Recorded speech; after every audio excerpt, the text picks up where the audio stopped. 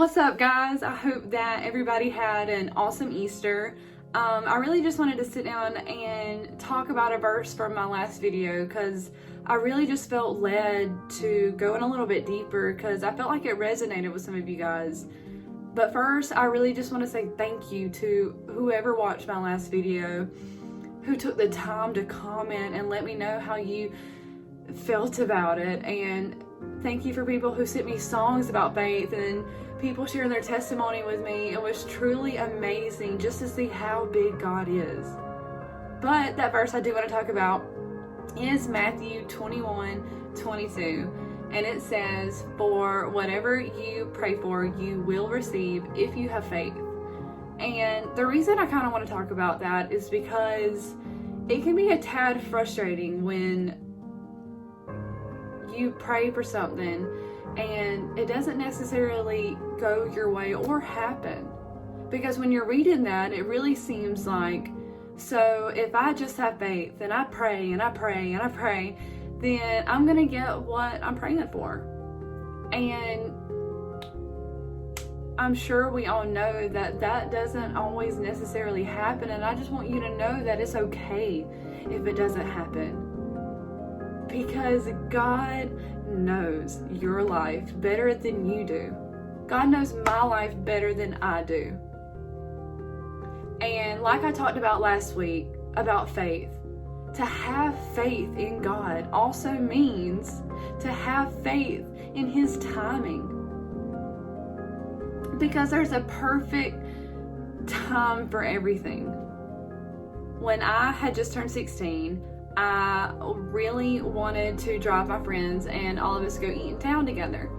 And so I went and asked my mom and dad if this person could ride with me to go eat. And they looked at me like, "Girl, you just turned 16, like, no." And I was like, literally town is like 5 minutes away. Like, can we just drive and go eat? It's not that big of a deal. And they said no. And at 16 years old, I had no idea why they told me no. I was so angry. I was so frustrated. But now that I look back at it, they saw the bigger picture. They saw the person sitting beside me distracting me. They saw the people in the back seat saying, "Morgan, turn around, look at this." They saw me blaring music and just being distracted. They saw the bigger picture. So now I thank them for telling me no, even though I couldn't see it then. They also told me to wait. "Morgan, wait till you're old enough. Morgan, wait till you actually know how to drive. And for it to be legal to even drive people." So sometimes we're gonna have to wait. And that's okay, because He knows. God sees the bigger picture. In Psalm 27:14, it says, "Wait for the Lord.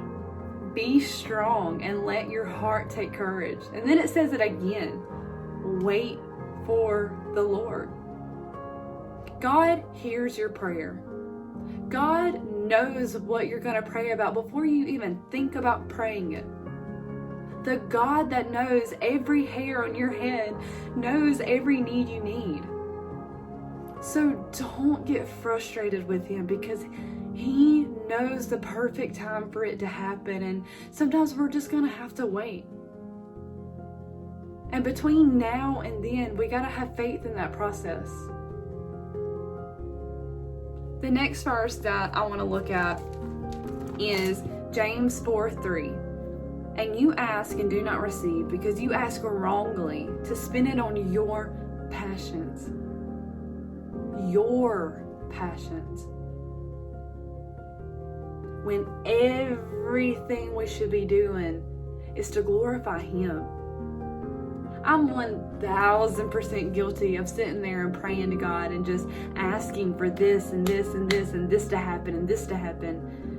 But sometimes we have to just sit there and realize that prayer is not always just about asking. It's a relationship that we have with God. And the closer you get with God, the more you realize that your prayers start to change. The next verse that I want to look at is 1 John 5:14. And this is the confidence that we have toward Him, that if we ask anything according to His will, He hears us. According to His will. God sees the bigger picture. I mean, there's a perfect time for everything to happen in your life.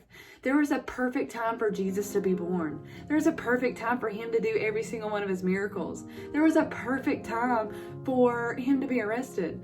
Before He was arrested, I mean, He was teaching in front of all these people in Galilee, and this is when they hated Jesus. They feared Jesus. They wanted Jesus dead. So why didn't they kill Him right then and there? Because it wasn't God's timing. It wasn't Jesus' time yet. Because there was a perfect time for Jesus to be arrested, to die, and to rise. Everything is laid out perfectly for your life. So Peter, one of the 12 disciples, went out on a boat and casted his net out all night long just to sit there and catch nothing. He made it to shore, and Jesus saw him, and He looked at Peter and said, "Throw your net out one more time." And Peter was like, "Okay, I've been doing this all night. Like, really?" And then Peter sat there and he saw the way Jesus looked at him. And so he tossed his net out one more time.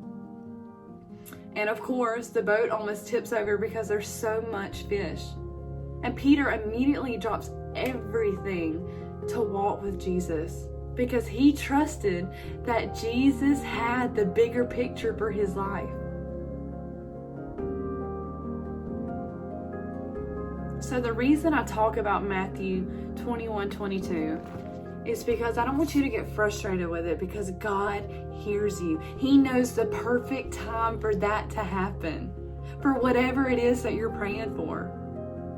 So keep the faith. If you're in that waiting process, keep the faith and keep praying with Him. Talk to God. Have a relationship with Him. Grow your relationship with Him. Because I want to ask you, how is your relationship with Him? How are you praying? Is it to glorify Him?